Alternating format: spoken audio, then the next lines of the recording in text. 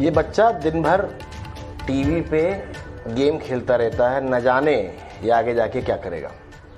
ये जो वाक्य हैं वो हिंदुस्तान के हर माँ बाप के लिए अपने बच्चे को ताना मारने के लिए एक ब्रह्मास्त्र की तरह काम आते हैं।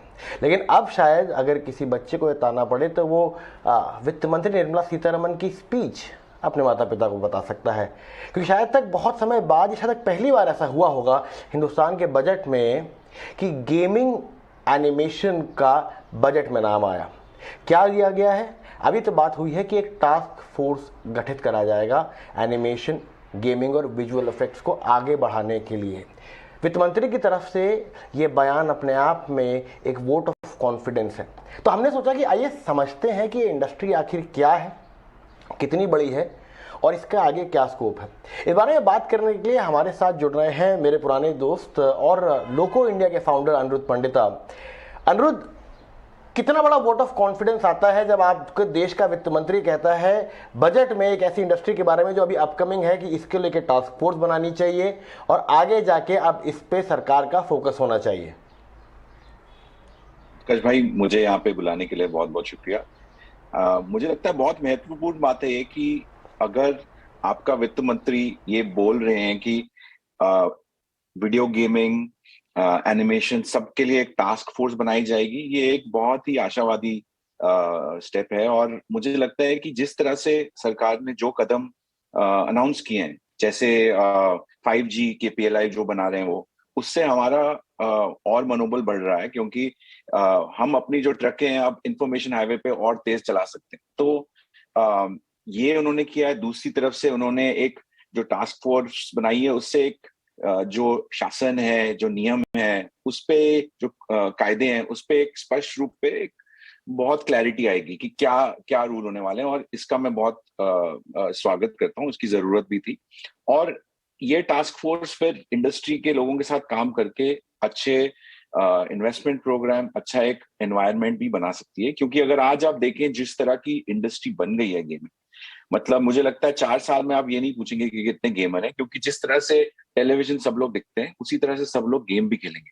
आज के टाइम पे 300 मिलियन लोग गेम्स खेलते हैं, 100 मिलियन लोग गेम्स देखते हैं, और आगे जाके ये 700-800 मिलियन तक पहुंच जाएगा, मतलब कि पूरा देश देख रहा होगा। तो मेरे हिसाब से एक बहुत ही खुशी की बात है। और ये सब नीतियां देख के मन बड़ा प्रसन्न होता है।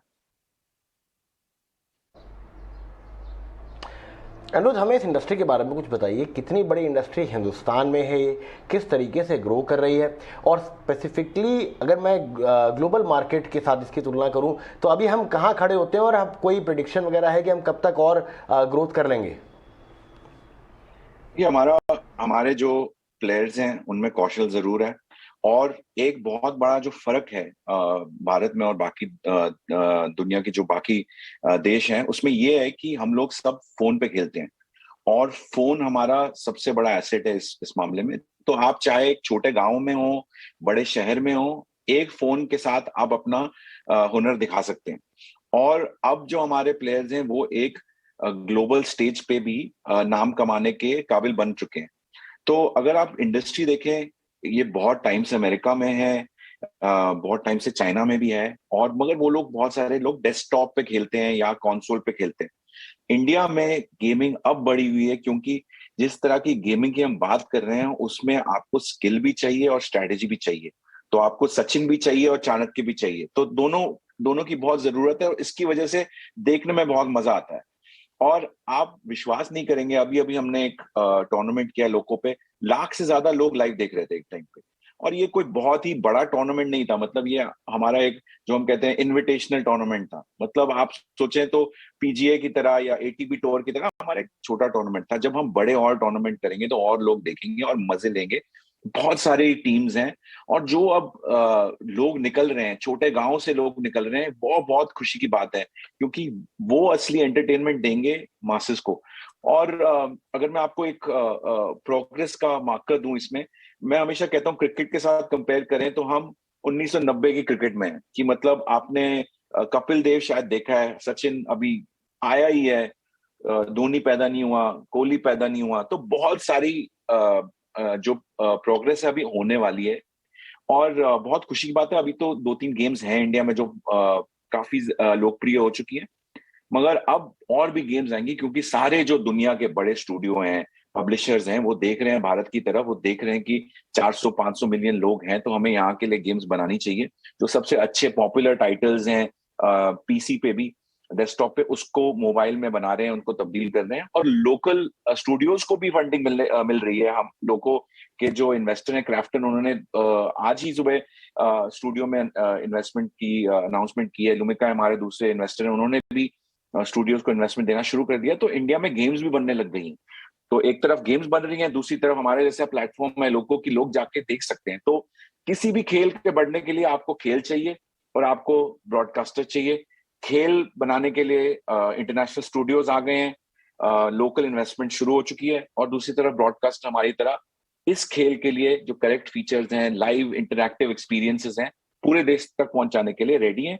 और सबसे जो गर्व की बात यह है कि जो हमारा एसेट बन रहा है वो हम कल जाके दूसरे देशों तक भी पहुंचा सकते हैं, कि लोग को जा सकता है कि सऊदी अरब हो या इंडोनेशिया हो या ब्राजील हो, कोई भी बड़ा देश जहां पे फोन बड़ी तुलना में लोग यूज करते हैं, तो वहां पे जाके हम एक बहुत बड़ा कंट्रीब्यूशन दे सकते हैं। तो जो हम हमेशा कहते थे कि made in India with love for the world, वो हो सकता है फाइनली।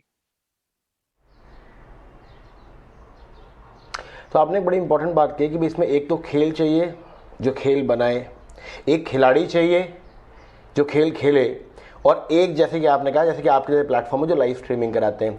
इन तीनों की अगर बात करें तो भाई खेल तो आपको आत्मनिर्भर है, हिंदुस्तानी आदमी मिल जाएगा।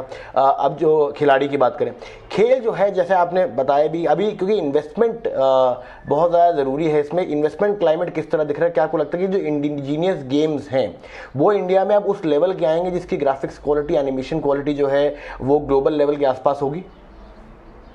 जरूर, मुझे लगता है कि अगले 5 साल में आप देखेंगे बहुत सारे ऐसे भी गेम्स हैं जो हमारे पास लोगों पे आते हैं कि थोड़ी उनको मार्केटिंग चाहिए, उनको थोड़ा प्रोत्साहन चाहिए, पुश चाहिए, हम जरूर देते हैं उनको। और मैं ऑलरेडी देख रहा हूँ जिस तरह की गेम प्ले लोग कोशिश कर रहे हैं, अगर हम उसी पथ पे चलते रहे तो अगले 5 साल में जरूर बहुत अच्छी गेम्स इंडिया के लिए निकलेंगी। हमारे पास एक बहुत अच्छा, प्रधानमंत्री मोदी जी ने भी कहा था कि हमारे पास इतना सारा इतिहास है कि उसमें से अच्छे कैरेक्टर्स निकल सकते हैं। कार्टून्स में हमने देखा है। अब जो नो हाउ भी है, काफी सारी जो इंटरनेशनल कंपनीज भी हैं, चाहे वो जैसे जिंगा हो, उनके काफी सारे टीम मेंबर्स यहाँ पे इंडिया में हैं, और काफी सारे लोग बाहर से भी वापस आ रहे हैं। तो जब एक बार डिमांड आ गया, लोगों को दिख गया कि इंडियन कस्टमर इतनी मात्रा में रेडी है कि मतलब 700 मिलियन लोग 4-5 साल में लोग गेम खेलेंगे, और जो ये मार्केट है अभी बिलियन 2 बिलियन के बीच में है, अभी वो 7-8 बिलियन में जाएगा, तो इकोनॉमी भी बन रही है। और ये जो लोग खेलते हैं, जो यंग जनरेशन है, वो एक ऐसी जनरेशन है जिसने अपनी लाइफ की शुरुआत सब्सक्रिप्शन में की है। उन्होंने देखा है कि केबल की सब्सक्रिप्शन होती है, पेटीएम के थ्रू पे करते हैं या यूपीआई के थ्रू पे करते हैं। तो बहुत ही डिजिटली सैवी जनरेशन है। चाहे आप कोई भी जगह पे जाएं, चाहे छोटे से गांव में जाएं या बड़े से बड़े शहर में जाएं, तो बहुत ही ब्राइट फ्यूचर मैं कहूंगा है गेमिंग में। और ये इंडिया के लिए बहुत एक्साइटिंग है क्योंकि अब हम एक ग्लोबल लेवल पे उस स्तर पे खेल सकते हैं, और उस तरह की गेम्स मुझे लगता है जरूर आएंगी। सब स्टूडियोज इंडिया की तरफ देख रहे हैं, तो या तो वो लोकली अपनी नो हाउ देंगे हमें, और हमारे भी लोग हैं जो ऑलरेडी काम कर रहे हैं। तो मुझे लगता है अगले 4-5 साल में जरूर इसमें बहुत बड़ी तब्दीली आएगी। तो बहुत बहुत शुक्रिया अनिरुद्ध हमसे बात करने के लिए। अनिरुद्ध ने शायद तक सबसे आसान तरीके में यही बताया है कि अगर जिस तरीके से क्रिकेट 90s में था, कपिल देव देख लिए थे, महेंद्र सिंह धोनी आने बचे थे, सचिन आने वाले थे, उस तरीके से होगा। हम लगातार नज़र बनाते रहेंगे। अनिरुद्ध, बहुत बहुत शुक्रिया हमसे बात करने के लिए इस पूरे मुद्दे पर। बुलाने के लिए बहुत शुक्रिया, थैंक यू सो मच। चलिए, स्वदेश खबर के इस सेगमेंट में अभी के लिए इतना ही, लेकिन अपना और अपनों का ख्याल रखें और देखते रहें ET Now स्वदेश।